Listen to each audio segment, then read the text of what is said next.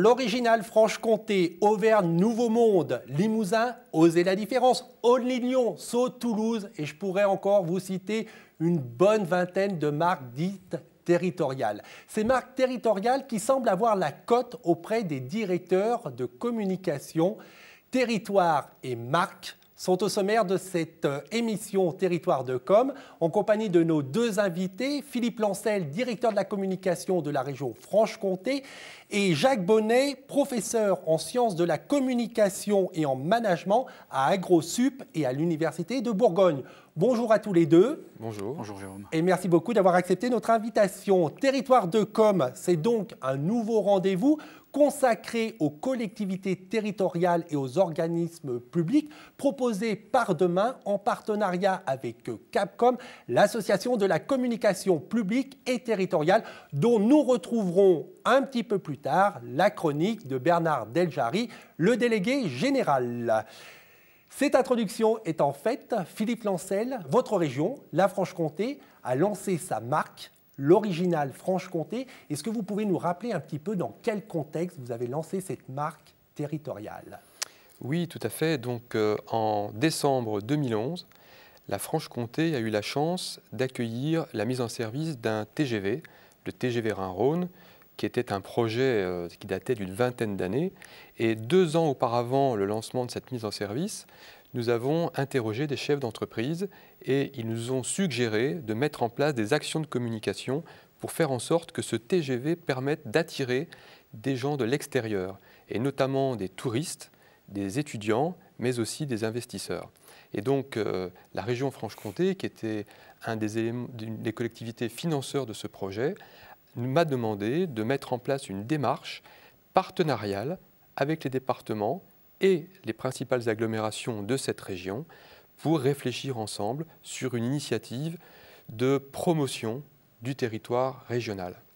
Nous avons cheminé ensemble et au cours de ces 2 années d'élaboration, nous avons suggéré une stratégie de communication qui a donné naissance à cette marque de territoire qui est en fait un point de départ, mais qui n'est que le côté visible de l'iceberg, puisque l'objectif n'était pas de créer une marque, mais bien d'accroître la notoriété de la Franche-Comté, modifier son image, car quand on parle de la Franche-Comté, on en a une certaine image, on pourra en parler plus longuement, et puis attirer du public sur les territoires desservis par ce TGV, à savoir l'axe Rhin-Rhône, Strasbourg-Lyon et la région Île-de-France. Et donc on m'a demandé de travailler sur ces territoires. Donc on reviendra un petit peu sur cette démarche de promotion du territoire, ce qu'on appelle aussi le marketing territorial, qui fait beaucoup débat actuellement au sein des directions de la communication. Jacques Bonnet, vous êtes un petit peu notre expert.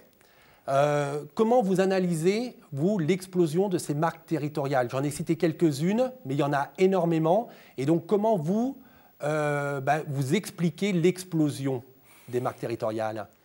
D'abord, vous avez raison, Jérôme, c'est vraiment une explosion à laquelle on assiste parmi les régions, mais on pourrait le développer à propos d'autres collectivités. Ce qui est caractéristique aujourd'hui, c'est que les collectivités se posent des problématiques d'identité. Et l'identité, c'est un peu un paradoxe en matière de communication, parce que d'une part, il faut arriver à prouver, à témoigner qu'avoir une identité, c'est se ressembler, qu'on a une forme de cohérence, d'ancrage dans le territoire, une cohérence culturelle, une cohérence en matière de politique d'emploi, que sais-je d'autre en matière de services et de qualité de service rendu à la population. Donc c'est en même temps montrer une cohérence, et le paradoxe tient au fait qu'il faut en même temps se distinguer. Il faut arriver à montrer que l'on a une forme de plus-value, être capable de l'afficher, de la mettre en message, de la mettre en récit. Bien sûr, tout cela s'inscrit dans le concert général des évolutions des relations avec l'État, on ne peut pas l'oublier. Ça s'inscrit également dans un contexte qui est devenu beaucoup plus concurrentiel. Ça s'inscrit également au regard d'enjeux électifs que l'on ne doit pas perdre de vue. Et puis ça s'inscrit également dans des politiques de développement, d'accompagnement des changements au niveau territorial, changement de métier, parfois changement d'activité, toutes les évolutions sociales, économiques et culturelles dont nous entendons beaucoup parler actuellement dans les médias et que Capcom s'est si bien embrassé, approché et analysé. Et c'est tout l'intérêt de ce type d'émission, donc je vous remercie vraiment. Alors pour lancer la marque, il y a un outil qui est pratiquement incontournable, c'est la vidéo. Donc vous avez lancé un spot qui s'appelle Franche-Comté, révélez vos talents. Donc en fait, quand on a créé le concept, la marque, l'original Franche-Comté, on s'est appuyé sur deux piliers. Le premier, c'était oui, cette région est originale par rapport aux autres, parce qu'elle est différente, et donc nous voulions montrer en quoi elle était différente, et puis nous voulions aussi nous appuyer sur des facteurs d'attractivité, et on a pensé que la musique, grâce à un certain nombre de phénomènes qu'on avait analysés, était un trait de caractère de ce territoire. Et donc, on a mis en place un certain nombre d'outils pour asseoir cette marque, l'original Franche-Comté, un site internet, un logo, etc. Et le film fait partie de la panoplie. Et quand nous avons créé ce film, nous voulions absolument que ce soit des Francs-Comtois qui soient dedans. Je vous propose de découvrir ce spot, Franche-Comté, révélez vos talents.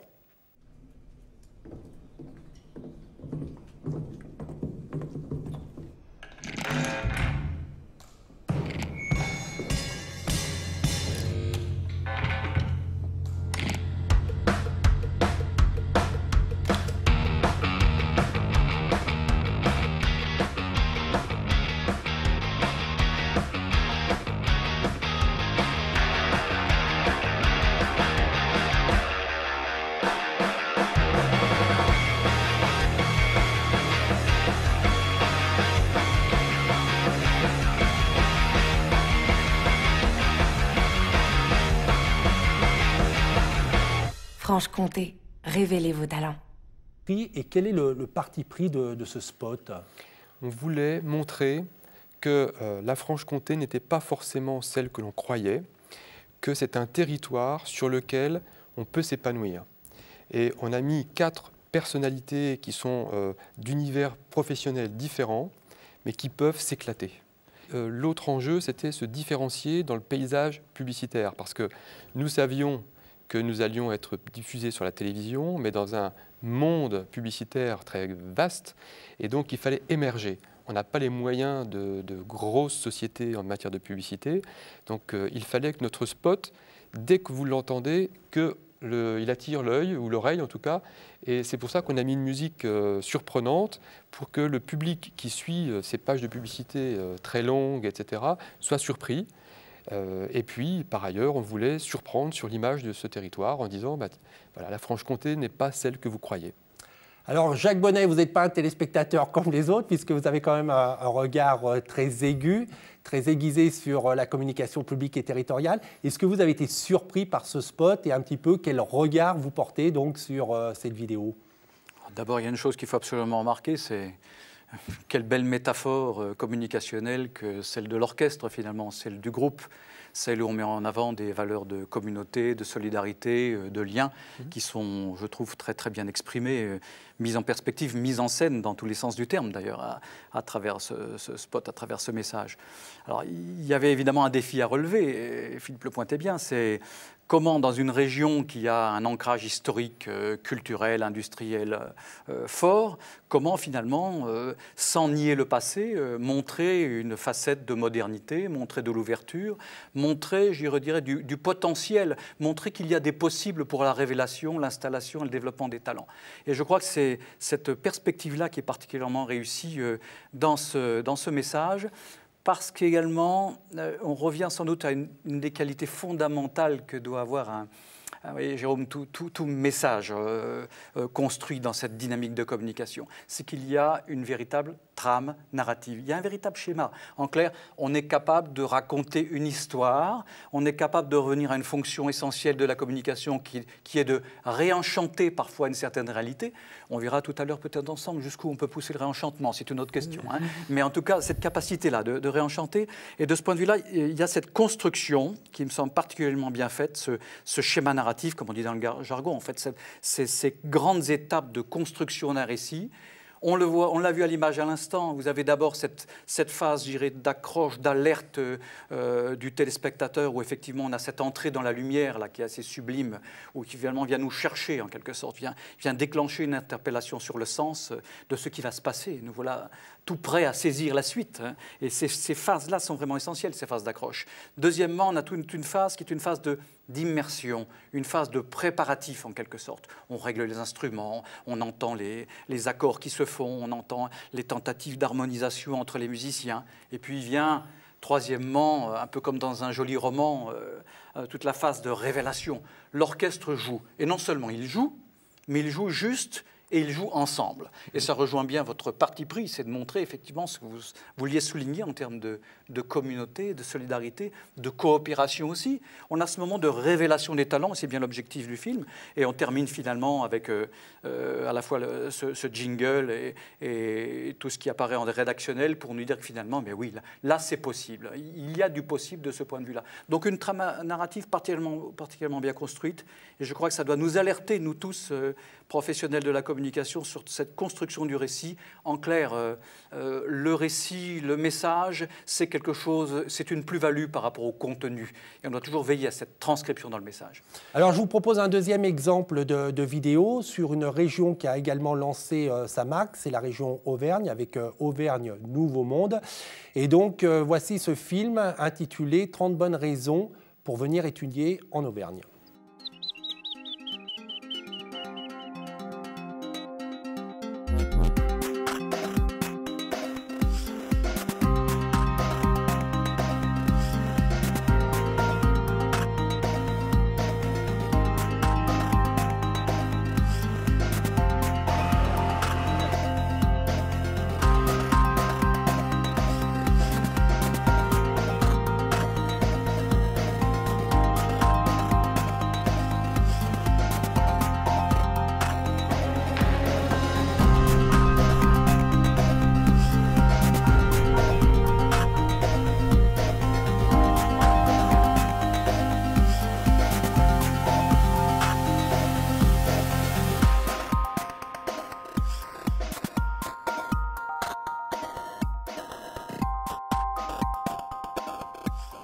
Alors une réaction à cette deuxième vidéo.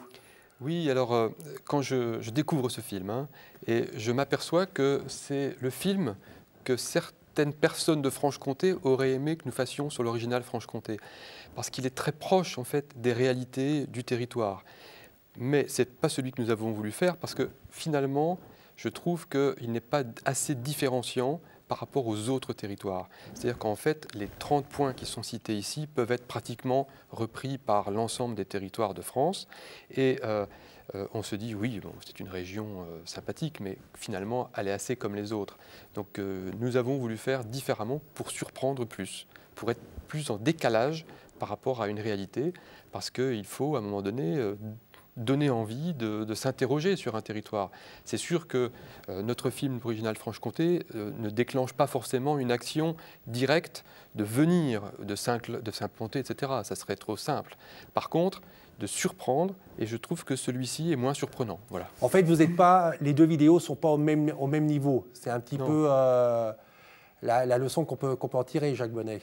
Oui, dans ce type de message, alors évidemment, il est toujours aisé d'apporter une critique par rapport aux éléments existants. Et pardon, vous comprenez bien que ça se situe dans une logique tout à fait constructive. Il faudrait peut-être aussi remettre tout cela dans le contexte de campagne plus large, avec d'autres stratégies. Simplement, ce que l'on peut dire peut-être rapidement, c'est qu'ici, on est plutôt dans un registre plutôt déclaratif, énonciatif. On dit un certain nombre de choses.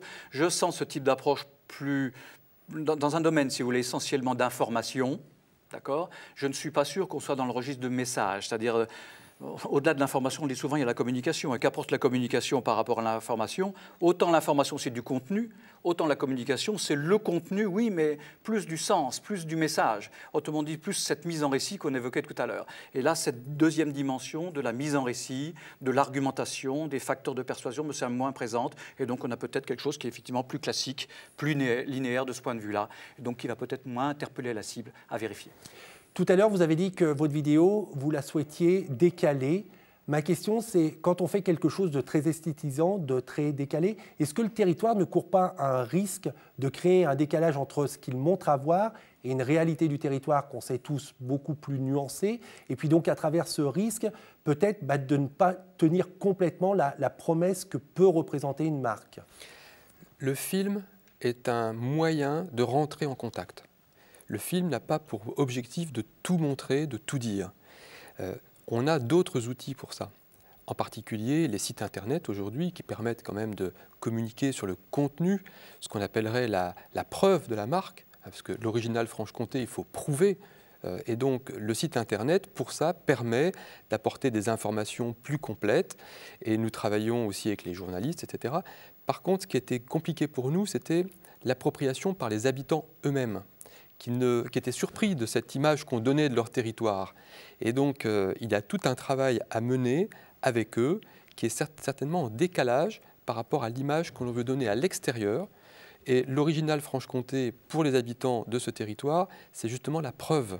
Et en quoi sommes-nous originaux? Et c'est sûr que le film qui a été montré tout à l'heure n'a pas été, il a été diffusé au niveau national, mais il s'adressait surtout aux personnalités de l'extérieur. Et il a fallu faire un travail pour que les Francs-Comtois se l'approprient aussi. Est-ce qu'il y a des règles pour trouver un bon équilibre entre ce qu'on donne, même si j'entends bien votre discours, en fait, vous, la vidéo a servi comme vitrine pour rentrer sur le territoire, mais c'est une vitrine, et aller chercher d'autres informations, voilà, une accroche. Mais sinon, est-ce qu'il y a des règles pour trouver le bon équilibre entre ce qu'on donne à voir et la réalité du territoire? Dans tout ce type de projet de communication et de préparation de messages, je crois que fondamentalement, il y a la question du diagnostic que l'on pose au départ. Moi, je le dis souvent, je pense qu'en matière de communication, mais c'est vrai aussi dans le domaine du management, par exemple, le diagnostic, c'est 50 à 60% de la réussite d'un projet. C'est là que tout se joue, parce que c'est là que l'on comprend effectivement la perception que la cible peut avoir. C'est non seulement ses attentes, ses besoins, au sens classique, mais on peut comprendre, par exemple, des systèmes de valeurs. On peut comprendre des cultures, des rites locaux, des usages, des pratiques qui peuvent être très particulières, et donc qui permettent ensuite d'aborder la construction du message en adéquation avec les éléments fournis par ce diagnostic. Et par la suite, toute l'habileté consiste à avoir des stratégies de message, puis des supports de communication qui soient bien en phase avec ce qui a été mis en évidence à ce niveau. Je vous propose de continuer ce tour d'horizon des vidéos et des actions de communication de territoires qui ont lancé leur marque. C'est le tour de la région Limousin qui, depuis une bonne vingtaine d'années, s'est lancé dans une politique volontariste d'attractivité et qui, là, récemment, a lancé sa marque Limousin, Oser la différence. Et voici un extrait des spots.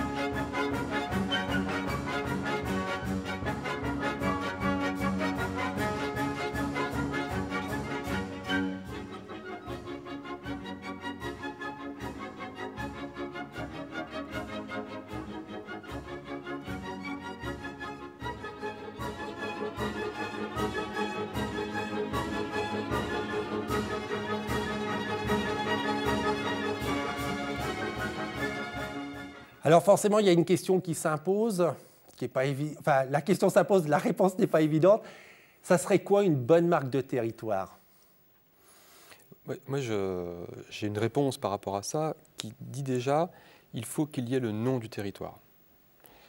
Deuxièmement, je pense qu'il est intéressant de donner une image à ce territoire par un mot ou plusieurs et que ce mot soit compréhensible par tous et qu'il soit facilement déclinable à l'étranger. Et par ailleurs, il faut la possibilité de prouver les mots que l'on donne sur cette marque. Voilà, je dirais de manière assez simple. Jacques Bonnet, d'accord? Oui, une marque lisible, accessible, oui. Et puis je dirais, la qualité d'une marque de territoire, c'est aussi de déclencher des évocations spontanées. C'est-à-dire qu'en voyant un film ou en ayant affaire à un autre support de communication, cela déclenche très vite un rappel, une analogie, une passerelle mentale. Vous voyez, on dit, se retrouve, tiens, ça c'est l'Auvergne, ça c'est la Franche-Comté. Il faut qu'il y ait un sens. Ah oui, il faut qu'il y ait un sens. Et sur ces questions de sens, on doit, je pense, en matière de communication, toujours avoir l'esprit que, bon, d'abord, communiquer, c'est co-construire du sens. D'abord, c'est ça, c'est co-construire des communications. Et les partager, tenter de les partager, chaque fois que cela peut se faire. C'est d'abord ça avant tout.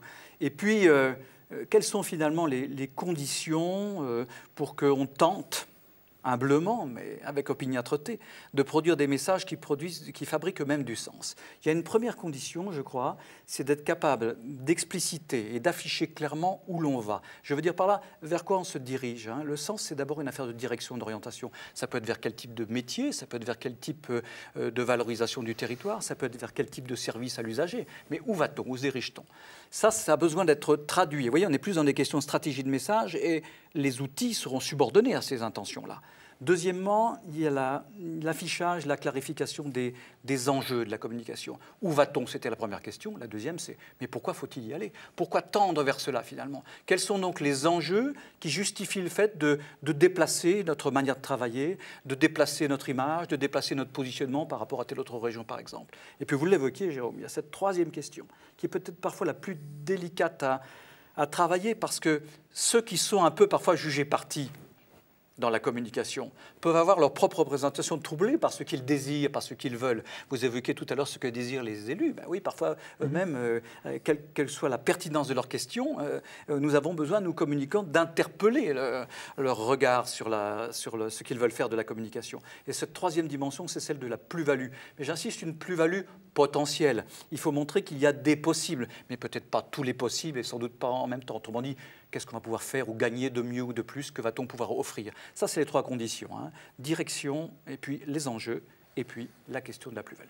On peut aussi peut-être prendre un peu de recul parce que c'est vrai qu'on a regardé tout ça par le trou de la serrure, entre guillemets. On a vu les spots, on a beaucoup discuté sur les spots. Derrière, on a parlé marque territoriale. Mais peut-être que c'est important de rappeler que pour que ça fonctionne, ça doit s'inscrire dans une stratégie, ce qu'on appelle du marketing territorial, qui a pour vocation de faire la promotion de ces territoires. Est-ce que là aussi, vous avez quelques clés à transmettre sur comment s'attaquer à ce vaste chantier pour des régions et des territoires qui sont de plus en plus en concurrence les uns avec les autres? Alors, souvent on parle de la marque territoriale.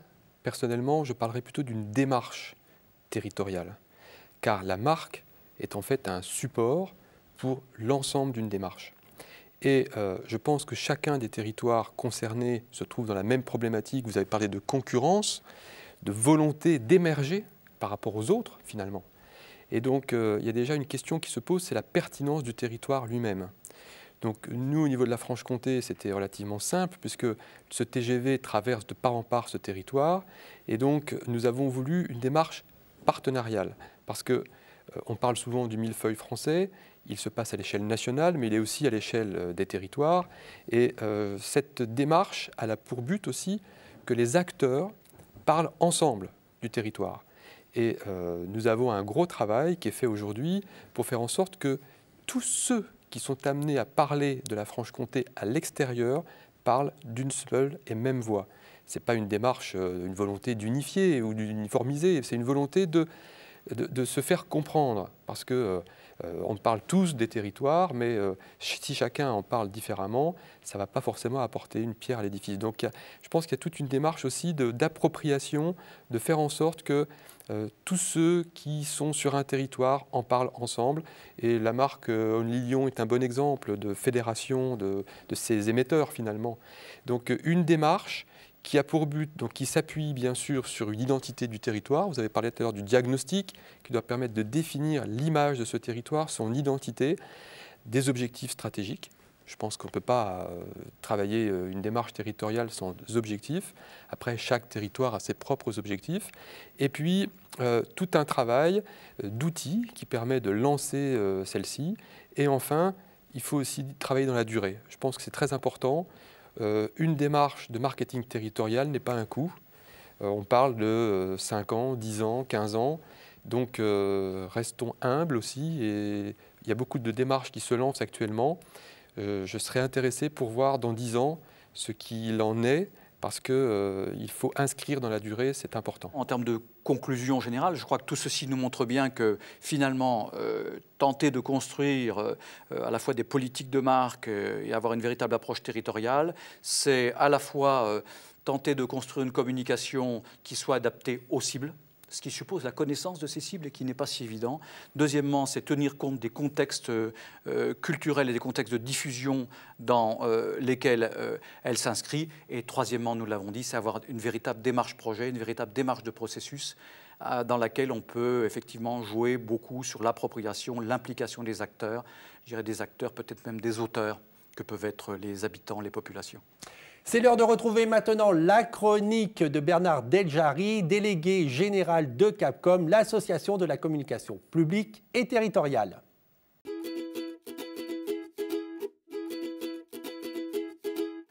Bonjour. La communication publique est souvent confondue avec la communication politique ou la communication électorale. Clarifions donc un peu les mots. La communication publique, c'est celle qui porte sur l'action publique, l'action conduite par les institutions, les administrations, l'État et les collectivités locales. Et à qui s'adresse cette communication? Eh bien aux citoyens d'un territoire donné, habitants du pays ou d'une commune, d'un département, d'une région. La communication publique a pour mission d'informer le citoyen sur les politiques publiques, sur les choix faits par nos élus, sur l'utilisation de l'argent public, sur le fonctionnement des services publics. Cette information, elle est essentielle au fonctionnement de la démocratie. Informer les citoyens, c'est aujourd'hui un métier spécifique. Ce sont des professionnels, chargés, responsables ou directeurs de la communication, qui ont en charge la conception et la mise en œuvre des outils de communication. Concrètement, que font-ils? Ils réalisent le journal de notre commune, assurant une information de proximité dont nous avons tous besoin. Ils contribuent à la promotion de nos régions pour favoriser par exemple le développement économique et l'emploi. Ils animent nos villes en assurant l'organisation des événements locaux. Ils nous informent sur l'accès des services publics et sur nos droits aux prestations sociales. Ils ont en charge les sites internet des administrations qui facilitent grandement nos démarches administratives. La communication publique est aujourd'hui un vrai métier, avec ses filières de formation, ses diplômes universitaires. C'est aussi une profession reconnue, qui joue un rôle important. Une profession ouverte à tous ceux qui aiment la communication, à tous ceux qui se passionnent pour la vie locale et qui s'intéressent à l'action publique. Merci beaucoup à tous les deux d'avoir accepté notre invitation. Merci beaucoup. Évidemment, cette émission n'était qu'une vitrine. On voulait vous donner envie d'en savoir plus sur la communication publique et territoriale. Pour cela, si vous voulez découvrir davantage l'Original Franche-Comté, le site internet c'est www.l'originalfranchecomté.fr. Pour en savoir plus sur l'actualité de la communication publique et territoriale, le site de référence c'est celui de Capcom, www.cap-com.org. Pour revoir cette émission, c'est www.demain.fr. On se retrouve très prochainement. Et évidemment, la communication, c'est aussi des citations. J'en ai une du sociologue Dominique Volton, le pape un peu de la communication, si je puis me permettre. La communication, c'est entrer en relation les uns avec les autres et agir sur le monde. Voilà, on se retrouve très prochainement sur de nouveaux territoires de Com.